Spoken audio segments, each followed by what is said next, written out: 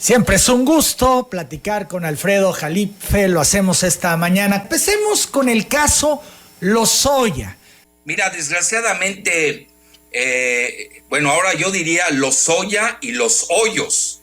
Esa sería el calificativo. Mira, para empezar, muchos de ellos, sobre todo los chayoteros del viejo régimen, pues están ligados a toda esa corrupción que se manejó desde Pemex. Entonces, pues tienen que salir a decir algo, ¿no?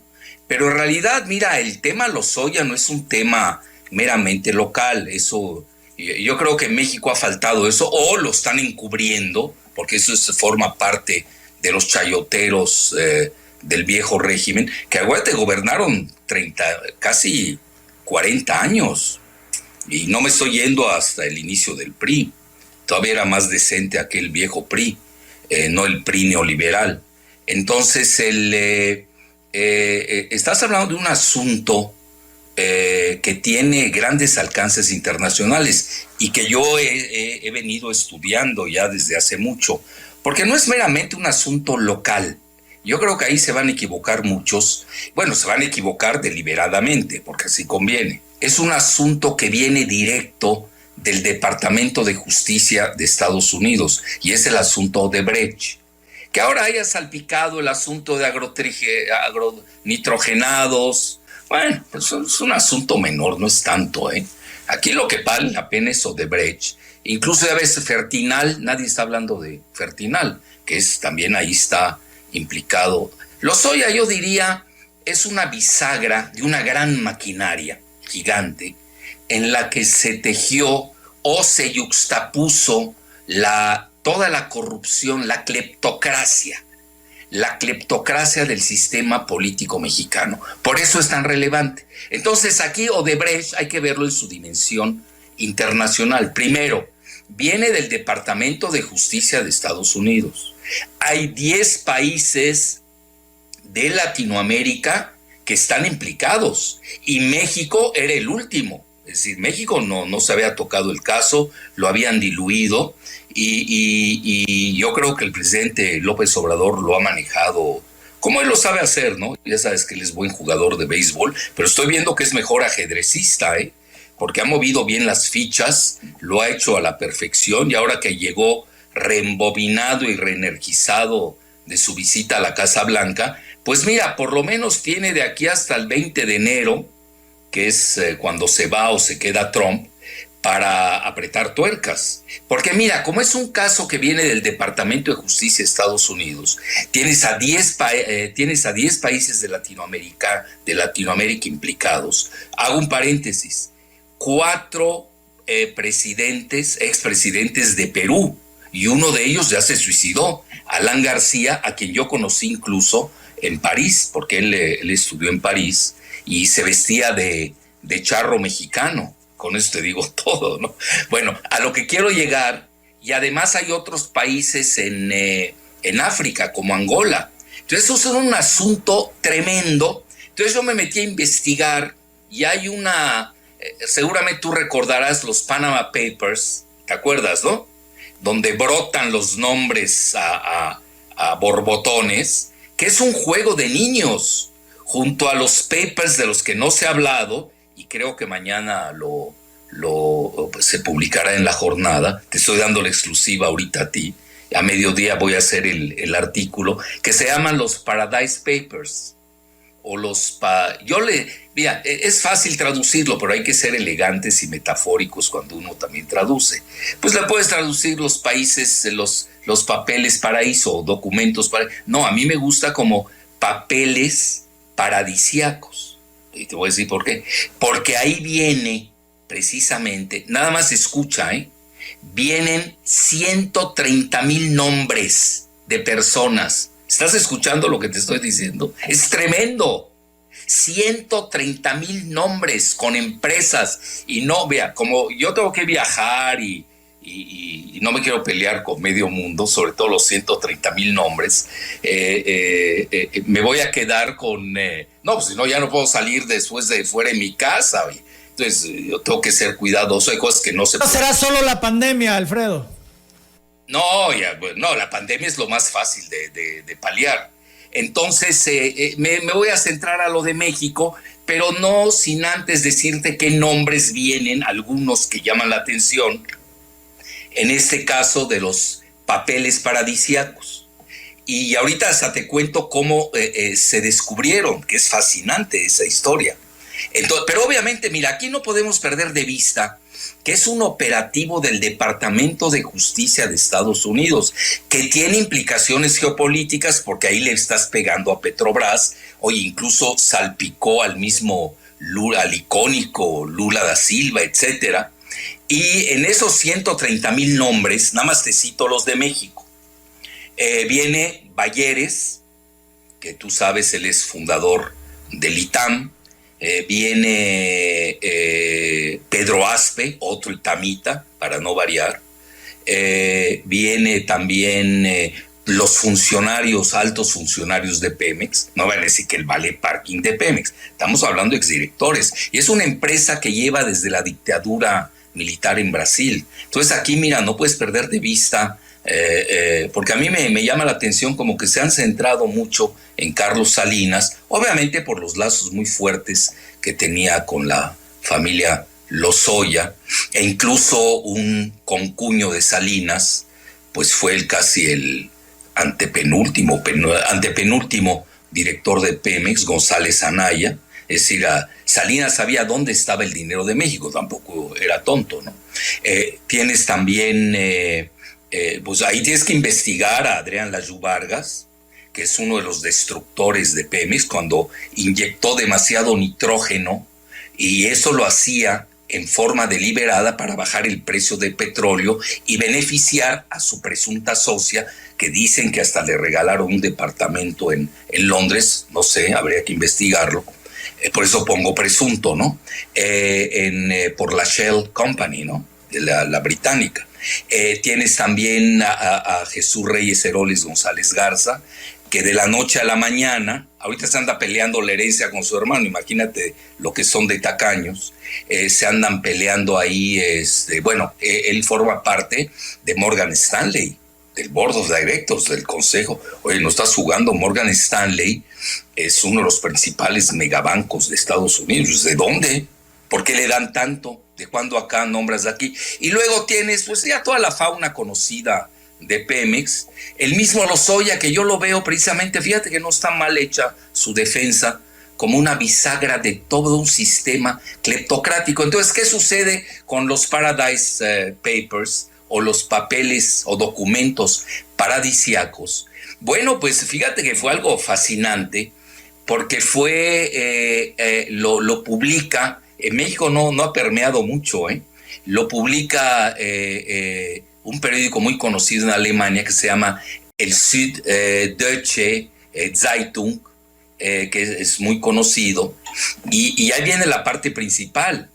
Luego lo publica algo muy famoso que se llama el International Consortium of Investigative Journalists, es decir, un consorcio de investigación internacional de periodistas, donde ahí están 380 periodistas, y esto se exhuma más o menos en noviembre de 2017. Entonces, mira, como son documentos de no acabas, te estoy diciendo, vienen más de cerca de 14 millones de documentos, no acabas en tu vida, ¿no? Para leerlos. Por eso este periódico echó mano de esos casi 400 periodistas a nivel mundial. Y ahí es donde exhuman cómo Odebrecht, que fue en forma selectiva, pues no vayan a creer que solamente Odebrecht. Quien diga esto, pues no tiene ni idea en qué planeta anda. Entonces, y ahí solamente en el caso de Odebrecht, pues sale toda este lodo que ha sacudido a toda Latinoamérica, sin excepción. Entonces, mira, aquí lo que hay que ver cuando explotan estos nombres, pues aparecen las triangulaciones clásicas. Yo me he dedicado mucho, te lo digo con humildad y rigor, a estudiar los paraísos fiscales, incluso lo tengo en un libro, se llama El lado oscuro de la globalización, y me dediqué a estudiar los paraísos fiscales, a grado tal que Fidel Castro se interesó mucho en mi estudio y me invitó a cenar. Con eso te digo todo. Incluso yo soy, te lo digo con medida de rigor, uno de los proponentes de que el euro circulara en la isla. Eso fue un consejo geopolítico que le di al entonces presidente Fidel Castro. Pues ya sabes, yo me llevaba con muchos presidentes en Latinoamérica en esa fase de mi vida, y entonces ahí están los paraísos fiscales, y viene precisamente que hay una empresa de asesoría legal que se llama Appleby, de manzana, Appleby, cuya sede está en Bermuda. Y agárrate de la silla, porque ahora se va a poner de moda, ya para entrar a México. Está también en las Islas Vírgenes Británicas, a no confundir con las Islas Vírgenes estadounidenses. Entonces tienes dos Islas Vírgenes que son paraísos fiscales. Las estadounidenses se volvieron famosas porque era la isla de la pedofilia de Jeffrey Epstein, a donde solía volar frecuentemente, era viajero frecuente Bill Clinton. Imagínate qué nivel estamos. Bueno, ¿por qué saqué a colación lo de las Islas Vírgenes Británicas? Porque ahí tiene su cuenta Loretito. ¿Ubicas a Loretito? Carlos Loret. No es de mula, esos no son de mula, son de mula. Bueno, y igual que el papá, que era el abuelo, que era un asesino. Bueno, no me voy a meter esa historia, pero ahí viene la parte de García Luna. Fíjate qué interesante. Y ahí es donde cachan, y por eso no es gratuito que sea vecino Loretito de García Luna en su departamento en Miami, porque lavaba García Luna a través de los paraísos fiscales. Todavía no sacan la profundidad del caso, porque ahí hay firmas legales que están en los paraísos fiscales. Lavaba en Israel, en Panamá, ahí me quedo, porque si no me paso todo el programa, nada más hablando del lavado de García Luna y de Loretito. No vale la pena porque estamos en Odebrecht, estamos en algo más trascendente. Entonces ahí venía todo ese lavado, y ahí venían dos también trusts, así se les conoce. Venía una que se llama Estera y otra que se llamaba Asia City Trust, que curiosamente yo en mi investigación hasta descubrí una galería de arte en Guadalajara. Tampoco me voy a meter, porque yo voy muy seguido a Guadalajara. Acuérdate que también hay que ser prudentes. Bueno, ese es el resumen. Estás hablando de un gran lavado de dinero. Ya vimos cuántos documentos hay, cuántas personas involucradas, y eso es Odebrecht. Entonces, Lozoya es nada. Claro, en México esta bisagra pues agarra y demuestras que era parte de una maquinaria de mastodonte, que viene desde atrás y que se dedicaron a eso. Ya está, mira, por ejemplo, hay un caso del que no se está manejando. Obviamente ahí sale Videgaray, sale el nombre. Calderón no hay que perderlo de vista.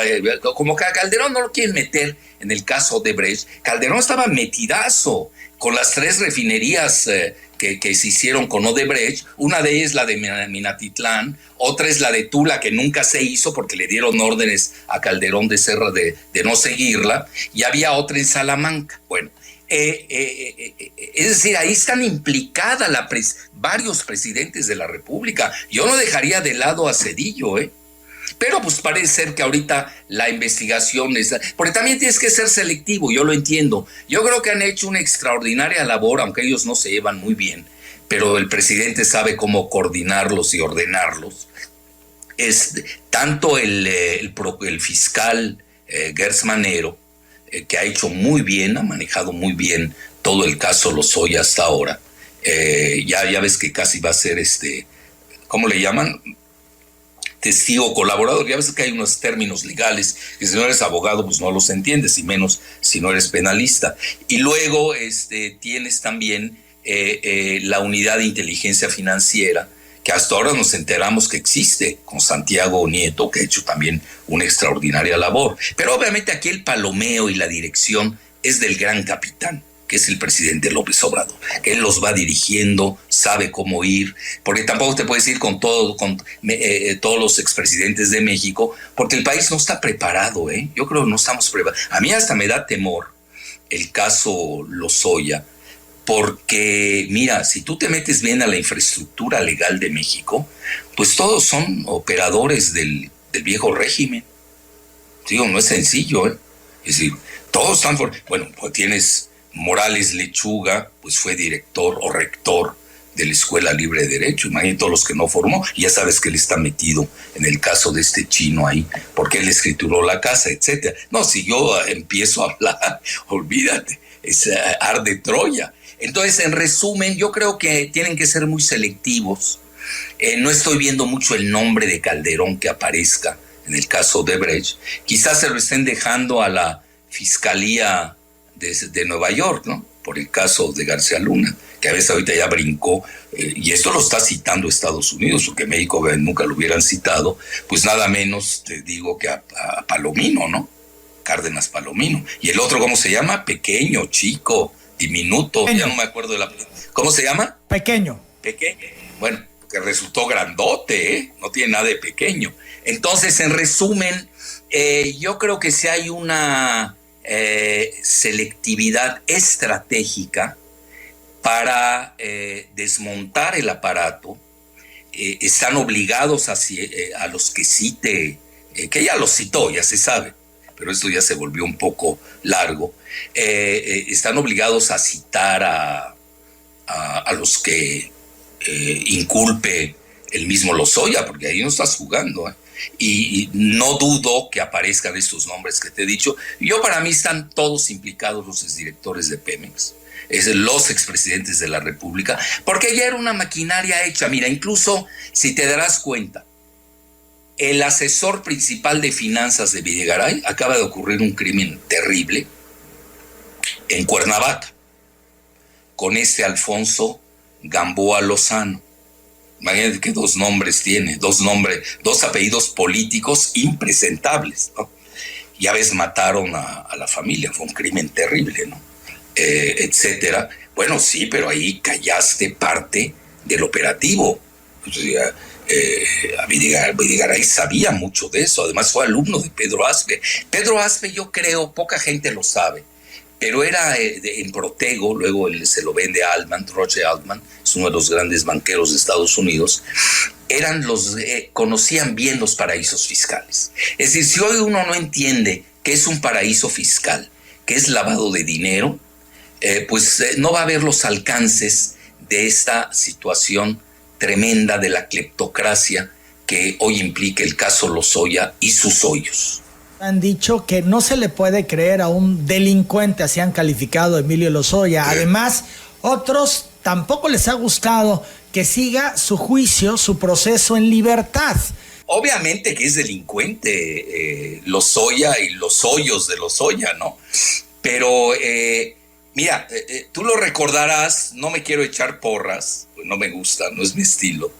Pero tú hace 7 años me invitaste a un programa y ahí yo expuse todo el lavadero de Lozoya. En ese entonces, cuando nadie lo decía, ya sabes, siempre nos dicen que estamos locos porque nos adelantamos demasiado, ¿no? Pues 7 años hoy, ya ahorita cualquiera te lo dice, ¿no? Cualquier pepenador lo sabe más que yo. Pero hace 7 años yo me atreví a exponerlo, y incluso su lavado y cómo iba a comprar la conciencia de los políticos. Y ya lo vimos como la parte de la reforma energética, que tú recordarás, pues yo fui uno de los acérrimos defensores, el último mohicano hasta el final, la reforma energética, pues yo la defendía desde el punto de vista estratégico. Es decir, no puede ser que México regale su principal joya estratégica, que en ese momento era Pemex, y la estaban desmantelando. Entonces yo era lo que hacía, defender los intereses estratégicos del país. Entonces sí, pero aquí había mucho dinero, corrió, y ya ves que para pasar la reforma energética pusieron muchas, pues lo que se llama coloquialmente cochupos, ¿no? O dádivas famosos. Sí, y desde hace 7 años, ¿te acuerdas, no? Y ahí estaba el PRI, el PAN, el PRD, digo, no, o sea, el PRD más que nadie. Yo no veo por qué ahorita en las listas no están saliendo los narcochuchos y los narcogalileos, ¿eh? Está muy rara esas listas que de repente filtran. Yo lo entiendo, no te puedo decir con todos. Pero, por ejemplo, ahorita quedan quienes salen a decir que es un delincuente y que le peguen. Bueno, el vocero del PAN, Marco Cortés, que anda encubriendo a gobernadores que son del PAN, ampliamente conocidos, y que ya se les cayó la candidatura presidencial, porque mira, aquí el beso del diablo es Lozoya. A muchos de ellos, pues ¿cómo vas a ser candidato a la presidencia con tremenda mancha? Pero además, cuando Estados Unidos te anda vigilando. Es decir, allí no es que yo soy muy crítico del modelo neoliberal global, y parte de los paraísos fiscales, del lavado de dinero, proviene del modelo neoliberal global. Mira, poca gente sabe estos datos duros. 63% de lo que ganan las transnacionales, y te hablo entre ellas y viene en la lista de los países, de los papeles paradisíacos, 63% de lo que ganan en el extranjero, Apple, Nike, etcétera, están en los paraísos fiscales. Apple sola tiene 250 mil millones de dólares. ¿Sabes cuánto se maneja en los paraísos fiscales? 10% del PIB global, y se me hace que está corta la cifra.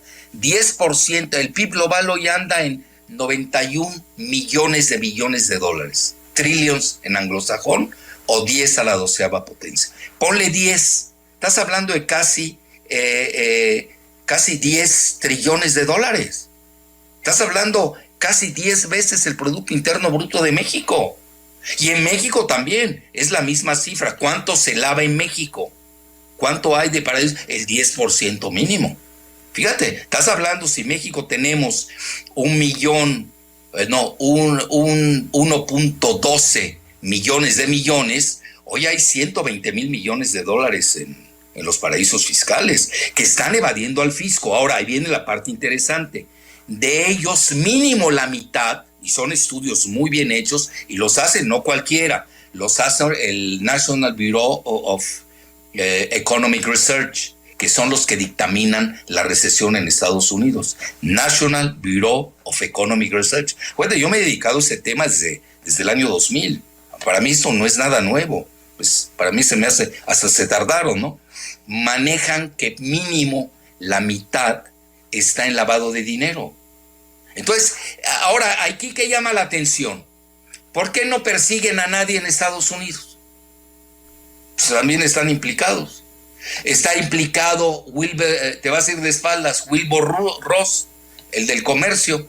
Está Madonna. Bueno, ahí le paro, porque si no, ya ni canciones voy a oír. Fíjate, han mencionado algunos nombres de los involucrados con Lozoya.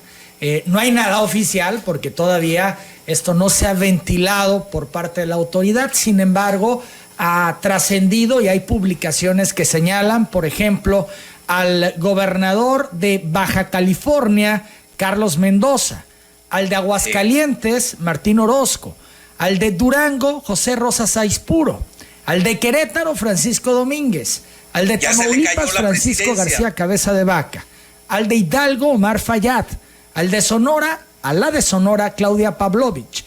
Y en el caso, de los sobornos, entre otros muchos personajes. Son nombres que ya conocemos, que están ahí, que han trascendido. Insisto, no es oficial, pero se les menciona. Pero sí, y hay más, es que no acabas. Estás hablando del sistema político mexicano. Mira, no están viendo la dimensión de la bomba Lozoya. Es una bomba atómica. Es la mayor bomba atómica en la historia moderna de México, que va a exponer toda la cuestión de la cleptocracia. No hay otro nombre, porque ese era el sistema. Mira, yo recuerdo en una ocasión, me invitaron, el presidente de Macedonia me invitó a, ya sabes, un país de los Balcanes, frontera con Grecia, y hice un recorrido por todos los Balcanes, y me invitaron a una entrevista en la televisión, y estaban asustados en Macedonia porque Peña había dicho que la corrupción en México es cultural. Sí es cierto eso, es cierto. Estaban aterrados con esa. Acuérdate, Salinas, ¿cuál era su frase favorita? Que no tranza, no avanza. ¿Te acuerdas de esa frase o no? Emanuel. Sí, sí. Quien no tranza no ama. Es decir, ese era el modus operandi en México. ¿Tú por qué crees que nunca fui político y no me acepta la clase política de México? Porque yo peco de exageradamente honesto, te soy sincero. Pues no lo necesito. ¿Para qué robas? A ver, ¿qué vas a robar? A ver, ¿qué tanto puedes robar? ¿A poco vas a comer más? ¿Cuántas casas más puedes tener? Hoy teniendo hoteles o Airbnb. Pues, por favor. Y si tienes amigos ricos, pues ya tienes un yate, tienes un avión. Yo soy de la filosofía de Aristóteles. La riqueza no es la posesión, es el uso. Fíjate lo que son las cosas. Entonces, el sistema político es eso. Entonces, lo que está haciendo el presidente López Obrador es verdaderamente histórico y va a pasar a la historia por eso. Mira, yo recuerdo cuando nos reuníamos, a veces cuando tenía yo mayor cercanía, Andrés nos decía la vez anterior, no en esta, el tema es la corrupción. Y no, yo decía, bueno, ya peca de obsesivo, ¿no? Es too much. Además, ¿cómo va a combatir la corrupción en México? Para empezar, había que empezar a combatir la corrupción en el mismo PRD. Ya ves ahorita en Morena, andan robando 5,000 millones. A veces me dice de pesos. A veces me dice, es que tú eres muy duro con Morena. Soy duro con todos. La corrupción no tiene color, ni religión, ni creencia. Y con Morena hay que ser más duros porque Morena se erigió en el poder y llegó al poder con el tema de la corrupción. Entonces ellos tienen que dar el ejemplo mucho antes que los demás partidos. Y si hoy ves que sucumbe el mismo partido del presidente, que ya ni es de él, porque ya ni quiere saber más de ese partido, donde también pulula la corrupción, igual que en el PRD, es decir, no porque seas de izquierda, eso te hace indemne a este cáncer nacional, es la realidad. Entonces, y todos los partidos, porque así opera el sistema político mexicano. Hoy publica el diario Milenio que Odebrecht financió la campaña de Javier Duarte en Veracruz a cambio de construir una presa que habitantes frenaron. Odebrecht y todo el tentáculo, ¿hasta dónde llegó? Esto impactará a Peña Nieto, a Carlos Salinas de Gortari, Luis Videgaray, conociendo el vínculo que tiene con el yerno de Donald Trump, Alfredo Jalife. Oye, veo que no citas a Felipe Calderón. Bueno, Felipe Calderón, ¿es tu villano favorito? No, todos los expresidentes no tienen salvación. Es que es el sistema. No estarían ahí, no llegarían ahí si no formaran parte del círculo vicioso. Así de fácil. Hablan de que Carlos Salinas es el jefe de todos, es el jefe político de todos. Por eso, de alguna manera, al decir Salinas, caen todos. Pero Zedillo no. Salinas no es el jefe político de Zedillo. Y veo que a Zedillo lo excluyen. Cuando es tan gangsteril como el mismo Salinas. Es que son todos. Mira, aquí empezar a hacer diferente. Me estás diciendo, haz la diferencia entre Belcebú y Nosferatu. Es decir, dos diablos en el infierno, ¿no? Pues es lo mismo, da igual. A uno te lo agarras con $10 más, a otro con $10 menos, pero todos son idénticos, porque están calcados, no operarían sin esa carga genética que tiene el poder en México. Entonces, mira, pero es muy importante la pregunta que tú haces, ¿hasta dónde? Es muy difícil saberlo, pero yo te doy mi humilde hipótesis.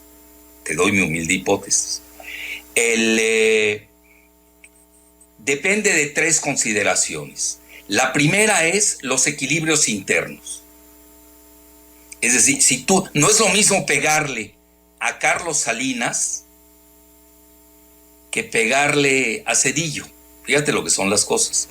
Zedillo, por ejemplo, goza de la protección, ya sabes, de Joseph Fari Córdoba, está en Yale, de todo este grupo de financieros de Estados Unidos que es muy poderoso, mientras que Salinas, pues no es ningún secreto decirlo, está muy vinculado a la familia Bush, y la familia Bush pues no los quiere mucho Trump porque lo han estado socavando en sus veleidades reeleccionistas. Y hoy la CIA, que mucho de ella la maneja la familia Bush desde el papá, pues estaba muy ligado a Salinas. Entonces ahí hay cosas raras, ¿eh? Ahorita, por ejemplo, el escándalo NXIBM, ¿lo recuerdas? De esta secta esclavista sexual. Ahí vienen varios hijos e hijas de expresidentes de México, entre ellos la hija y el hijo de Salinas. Pues ahí lo ayudó Clinton para que no lo encarcelaran en Nueva York. Al menos es lo que yo he leído de las crónicas. Yo no vivo en Nueva York, ¿no? Pero lo que leo de las crónicas y no han sido desmentidas. Entonces, mira, entonces tienes el factor, primero que nada, local, equilibrios. La decisión del presidente. El presidente no puede estar disparando a 5 al mismo tiempo. Tiene que seleccionar a uno, a que él crea que es el más peligroso. Fíjate lo que son las cosas. Yo creo que aquí hay 2 vertientes. Una, porque él es muy hábil, porque mira, a veces nos olvida algo antes de las 2 vertientes. Cuando regresa al día siguiente de la gira el presidente López Obrador y Marcelo Ebrard, y no estoy candidateando a nadie, que conste, yo nada más hablo de hechos, dice una frase muy importante Marcelo. Habla, entramos a la nueva era de la lucha a la corrupción. Eso es cierto. Es decir, quien no entienda eso, no sabe el nuevo México que estamos construyendo. Ese es el nuevo México. Es decir, tú no vas a arreglar lo demás si no le pegas a la piedra de toque del sistema político mexicano, que es la cleptocracia. Y naturalmente esto no lo puedes hacer si no tienes bendición de Estados Unidos. ¿Por qué? ¿Dónde está Salinas? Ahorita está en Londres. ¿Qué es lo primero que hizo? Porque tampoco es tonto y también tiene a sus padrinos de la CIA y los Bush que se lo susurran. Lo primero, se acordó que tiene familiares de parte de su mamá, los de Gortari, que eran sefarditas, y eso le da a que tenga la nacionalidad española, porque esto pues va a retrasar su extradición. Bueno, esas son patadas de ahogado, porque yo voy a la segunda consideración, el factor internacional. El factor internacional pesa mucho, y si Estados Unidos te quiere alcanzar, te secuestran y te traen. Ahí no estamos jugando. Entonces, por eso vienen las 2 vertientes que yo te decía. El caso Salinas queda muy claro. Yo creo que sí le traen ganas, tanto en México como en Estados Unidos. Entonces ahí se tiene que dar una concordancia o una conjunción de factores entre la voluntad del presidente de México, toda una política que elabora y desmenuza Marcelo Ebrard, que es la nueva era de la lucha contra la corrupción. Esto pasó muy por alto. Esos que dicen que es un delincuente, esas frases se les va porque saben que se van contra ellos. Los que están hablando de más hoy son los meros delincuentes del país y son portavoces de quienes estamos hablando. Bueno, entonces se da esta conjunción. Primero, ¿qué quiere el presidente de México? Eso es importante. ¿Hasta dónde va a querer? Porque él tiene los equilibrios del poder, él los conoce. Nadie los conoce mejor que él. ¿Hasta dónde puedo llegar yo? ¿Cuál es mi costo de encarcelar a Salinas o de encarcelar a Calderón? No sé si me estoy explicando. Y por lo que estoy viendo, es mayor el costo de encarcelar a Calderón. Por eso le dejan la tarea al juzgado de Nueva York sobre Felipe Calderón. Si tú te das cuenta, nadie está citando a Calderón. Ni tú ya no lo citaste. Me llama la atención, porque todos estamos yéndonos con lo de Salinas, ¿no? Que es el demonio favorito. Sí, pero aquí todos son demonios. En el infierno no puedes hacer una clasificación diferente a los demás. Sí, Alfredo, pero sí podemos decir que Salinas ha sido un personaje al que López Obrador ha señalado sistemáticamente y por décadas. De siempre. Sí, el innombrable, ¿te acuerdas, no? Y además Salinas debe mucho porque ve en qué circunstancias llega al poder. Es decir, de los que estamos hablando, muchos de ellos llegan al poder en circunstancias anómalas, totalmente antidemocráticas. A Salinas, pues a mí me tocó vivir esa parte, pues fue el superfraude, y no fue con Andrés, fue con Cuauhtémoc.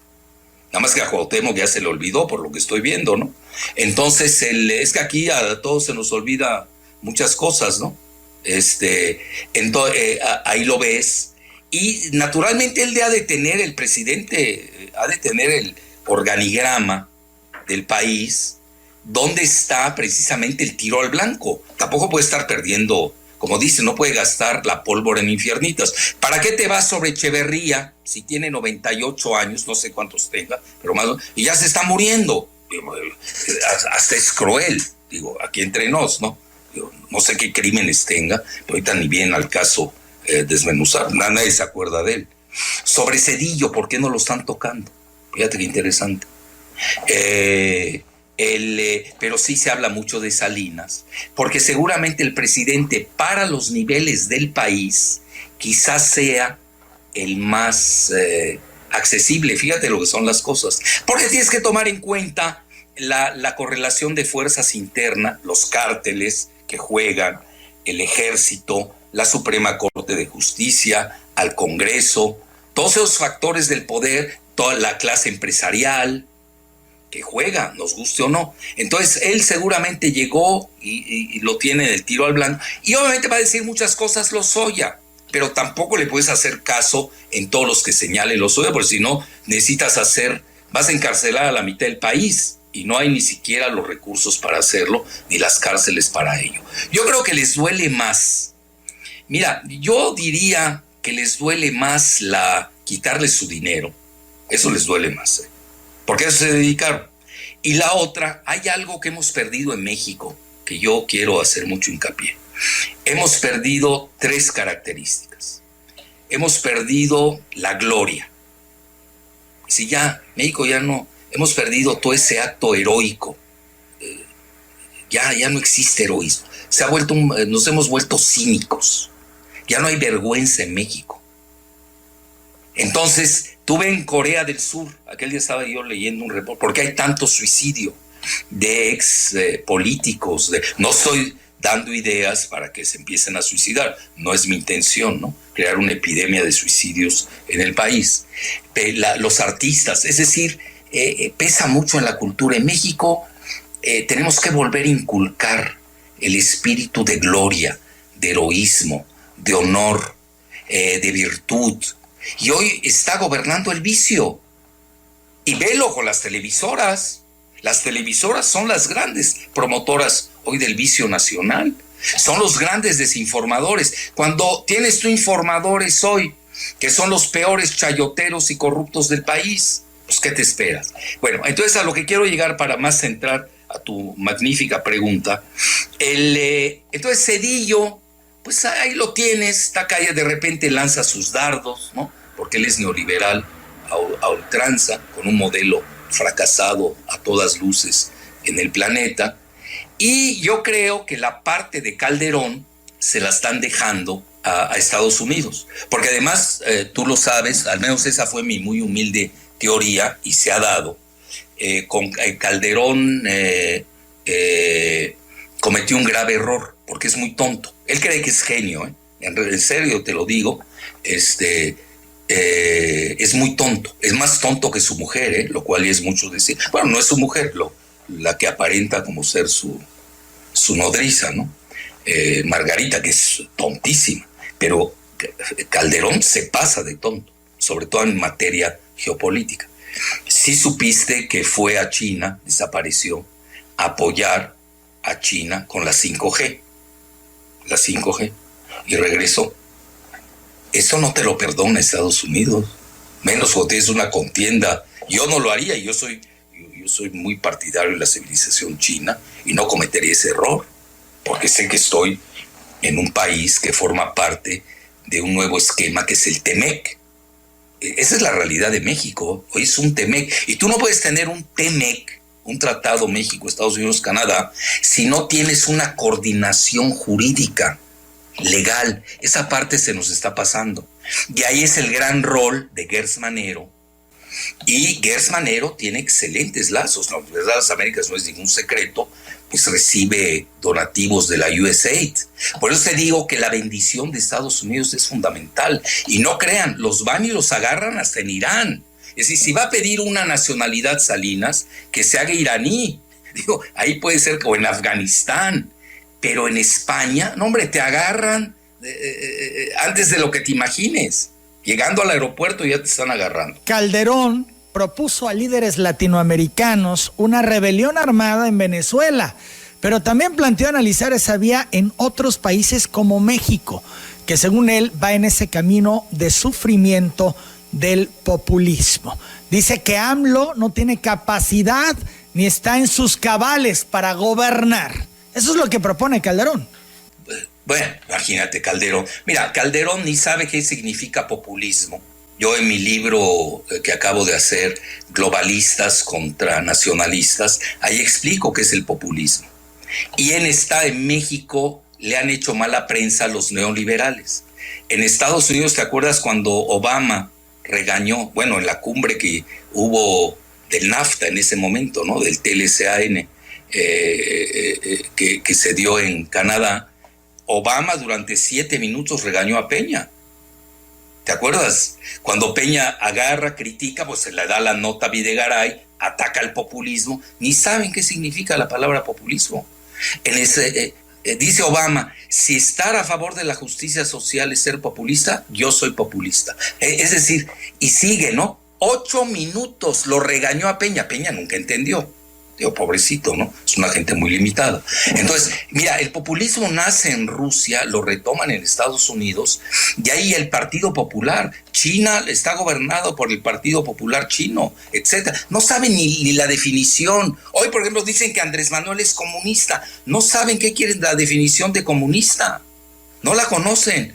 Pues si no, no dijeran tanta barbaridad. Lo que pasa es que sí está desesperado Calderón, y cuando yo te pide un levantamiento, él cree que las Fuerzas Armadas, para las que cobijó mucho, apapachó, lo van a salvar. Lo que pasa es que esto es más fuerte.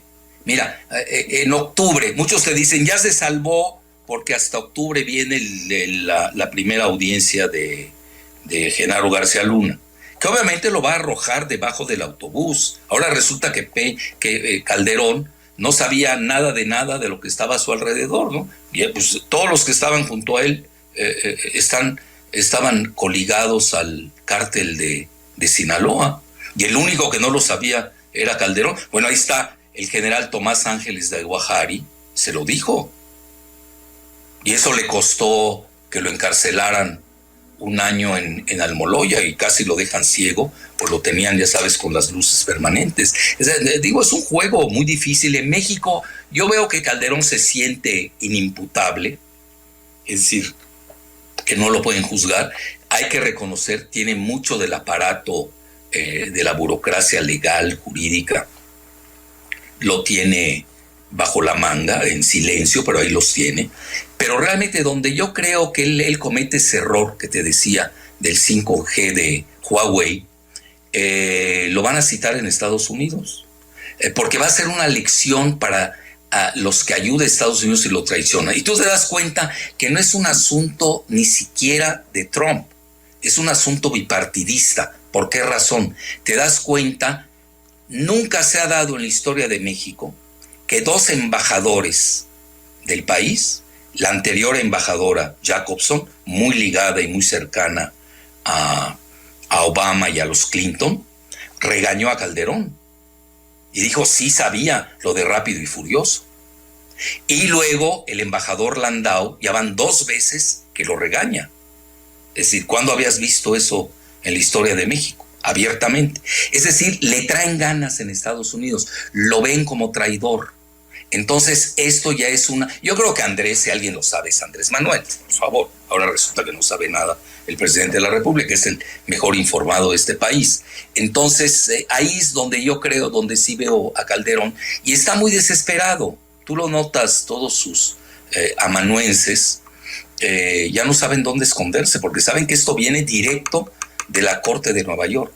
Y en el caso Salinas, Yo creo que va a tener la fruición, al decirlo en términos muy elegantes, la fruición, el gusto extático, lo va a tener López Obrador. Que si tú te pones a ver, Salinas no le hizo nada directamente a Andrés Manuel. Si hablamos en términos de box, tipo Pacquiao y el Canelo, que en México somos muy dados a analizar en forma maniquea, de plano, no va así.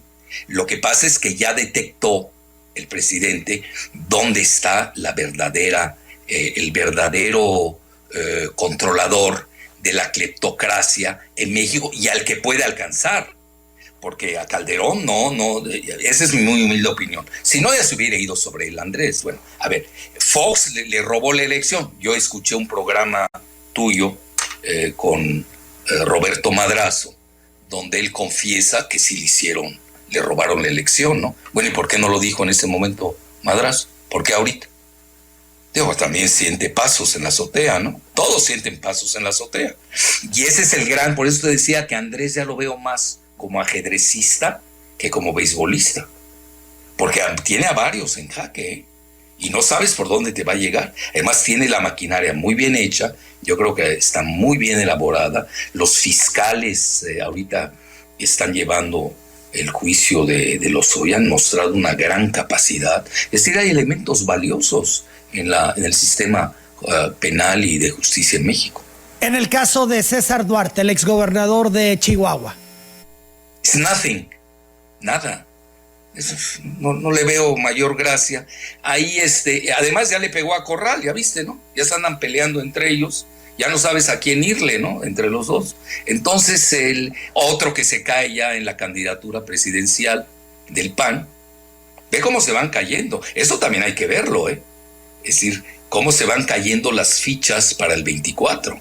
Digo, con una mancha de esas, ¿a dónde vas a ir? Entonces ahí también va a decir cosas César Duarte. A ver, ponte a ver, ¿en qué le beneficia a Andrés Manuel un César Duarte? Nada. Imagínate todo lo que no vas. Es que es una bomba atómica lo de Lozoya. Va a ser una irradiación nuclear que no vemos sus alcances. Va a ser el máximo. Es una revolución. Si tú me preguntas cuál es la 4T, ya la vimos. Esa es. La 4T va a ser de demoler el sistema de cleptocracia que opera en México desde, pues yo diría, desde la instauración, más que nada se ve, ¿eh? Antes los robos en la época del PRI revolucionario eran diferentes, y no es lo mismo la época de Miguel Alemán, que ahora con el dinero que todo lo que se mueve, todo lo que te dije de paraísos fiscales, todo lo que se movía. Antes no lo podías hacer en la época previa de la desregulación financiera. Entonces, todo este asunto obviamente tiene mayor envergadura y afecta más que nada, yo diría, a la fase neoliberal. Por eso me llama la atención que no venga la gente de Pemex en la época de Zedillo, ni el mismo Zedillo, al menos que haya cierto tipo de negociaciones con Estados Unidos. Porque mira, yo insisto, esto no se va a poder dar si no se toma en cuenta, uno, hasta dónde quiere llegar el presidente, que tiene que también sopesar la armonía del país, la estabilidad. Dos, los factores internos de poder. Tres,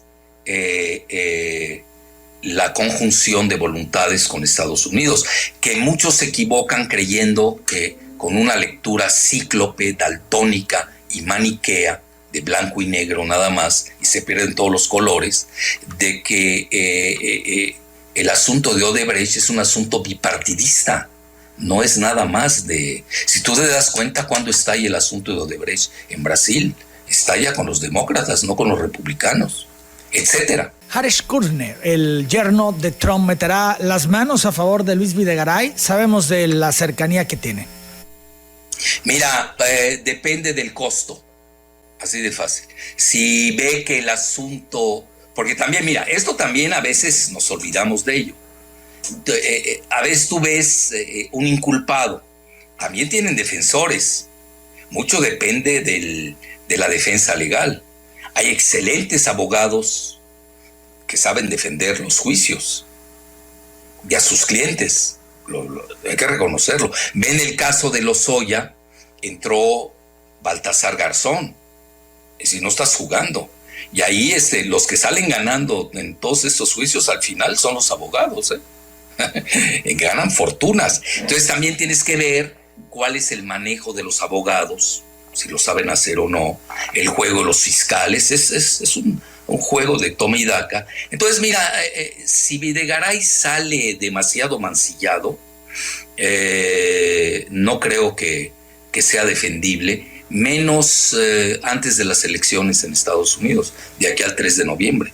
Lo sacrifican con la mano en la cintura. Además hoy lo vimos, tú seguramente lo viste mejor que nadie, la cercanía que ya operó Marcelo Ebrard con Jared Kushner. Es decir, ya sabes, muere el rey, vive el rey. Aquí no hay mayores contemplaciones. Y hay una gran coordinación en el TMEC entre los dos presidentes. Ya ves que Trudeau no acudió a la cumbre del TMEC y a la semana ya le brotó su escándalo, que lo está tumbando del poder. Es decir, mira, yo soy muy crítico de Estados Unidos, para bien y para mal, pero en forma cartesiana, pero tampoco pierdo la dimensión que ellos tienen los hilos, muchos hilos de control, tanto en Canadá como en México. Es más, voy más lejos. Cuando Angela Merkel se rehusó, y te estoy hablando la primera potencia geoeconómica de Europa, rehusó ir a la cumbre del G7 a Washington. Creemos que Estados Unidos es un país bananero, está en crisis, está al borde de una guerra civil, tiene una guerra cultural, tiene una guerra de clases sin duda, y el país hasta se puede balcanizar. Pero de aquí al 20 de enero, donde está Trump, cuidado, el señor tiene el botón nuclear a la mano. Entonces tenemos que ser muy cuidadosos, y en eso hay que reconocerlo. Mira, tú lo sabes, hubo una semana de incertidumbre si iba a viajar o no el presidente López Obrador a Washington, que aquí ya ves cómo se le fueron a la yugular, ¿no? Que iba a ser el nuevo Trump, y que cuando Trump había venido a México, etc. Sí, pero no saben hacer ni las comparaciones. Cuando Trump vino a México fue como candidato, y la visita del presidente López Obrador es de estadista a estadista. Ahora dice, es que ¿por qué no vio a Nancy Pelosi? No tenía por qué verla. Así de fácil. Y además, no es ningún secreto, el presidente López Obrador, cuando era candidato, fue a apoyar a Obama a California. El mismo Marcelo Ebrard estaban apoyando a Hillary, lo recuerdas, ¿no? Incluso lanzó dos tweets de los que, si se reelige Trump, pues ojalá lo sepa negociar Marcelo, porque esos tweets, ya sabes, ahí pesan mucho en la manera en que los redactó, etcétera. Entonces, mira, aquí son juegos de estadistas, Uno que entender también que México, por desgracia, lo entregaron demasiado los neoliberales, no hay margen de maniobra, estamos en una jaula geopolítica, lo digo y no creas que me gusta mucho. Yo nunca fui partidario del TLCAN, y ahora ya hay que ver a México de otra manera. Hoy lo tienes que ver de manera regional. Tenemos 60 millones de mexicanos, incluidos los ilegales, en Estados Unidos, que es un factor de poder tremendo. Todavía no lo toman, Mira, a veces perdemos la dimensión. Los legales mexicanos son incluso ya más que los afroestadounidenses. Fíjate, y ve los afroestadounidenses cómo está la situación, Es decir, los mexicanos todavía no tienen un liderazgo en Estados Unidos similar al que tienen los afroestadounidenses, también hay que reconocerlo. ¿Qué ha pasado? Bueno, yo por eso siempre he sido la idea que un partido moderno en México tiene que ser transfronterizo, a fuerza. Tienes que ver también a nuestros mexicanos que están ahí. Oye, dependemos de todos los rubros, dependemos de Estados Unidos, nos guste o no. Créeme que no es mi anhelo, yo soy más de la autarquía, es decir, que México sea autosuficiente. Sí, pero eso toma tiempo. Por eso la materia energética que está manejando el presidente se me hace que va en la vía correcta de la historia. Y esto naturalmente molesta los intereses acumulados del viejo régimen neoliberal que hoy está totalmente caduco en el mundo. Todo este grupo de frena, que aunque sean muy marginales, ya ves su líder, que es un caso psiquiátrico, donde pide hasta linchar mujeres y últimamente, que es un caso, es un mercachifle de Oxxo, poseído, se cree iluminado. Sí, pero estos personajes son muy peligrosos. Si tú lees bien su discurso desde el punto de vista psiquiátrico, porque no lo puedes analizar políticamente a él, tienes que analizar psiquiátricamente, está incitando al magnicidio, incluso con una bandera religiosa muy peligrosa, que tú sabes en México, con lo de los cristeros y todo lo que hemos vivido, pues se vuelve más impactante. Yo creo que sí existe esa, hay que tenerlo en el radar. Yo a veces siento que el presidente es un poco, diría yo, negligente en lo que se refiere a su cuidado personal de seguridad, que sí lo tiene, pero tiene que ser más estricto. Por ejemplo, eso de estar viajando en vuelos comerciales es muy peligroso. Oye, aquí no estás jugando, es muy peligroso. Yo creo que esas, ya ves que le han ahí lanzado de que puede ser el nuevo Madero, puede surgir un yihadista. Tú ves los discursos del de Coparmex, Gustavo de Hoyos Negros, ¿no? Es un discurso magnicida, golpista. No lo habíamos tenido eso en México, Siempre es interesante platicar contigo, Alfredo Jalife. Estoy muy agradecido por esta conversación esta mañana en Telereportaje. Encantado, un placer, como siempre. Y mucha suerte.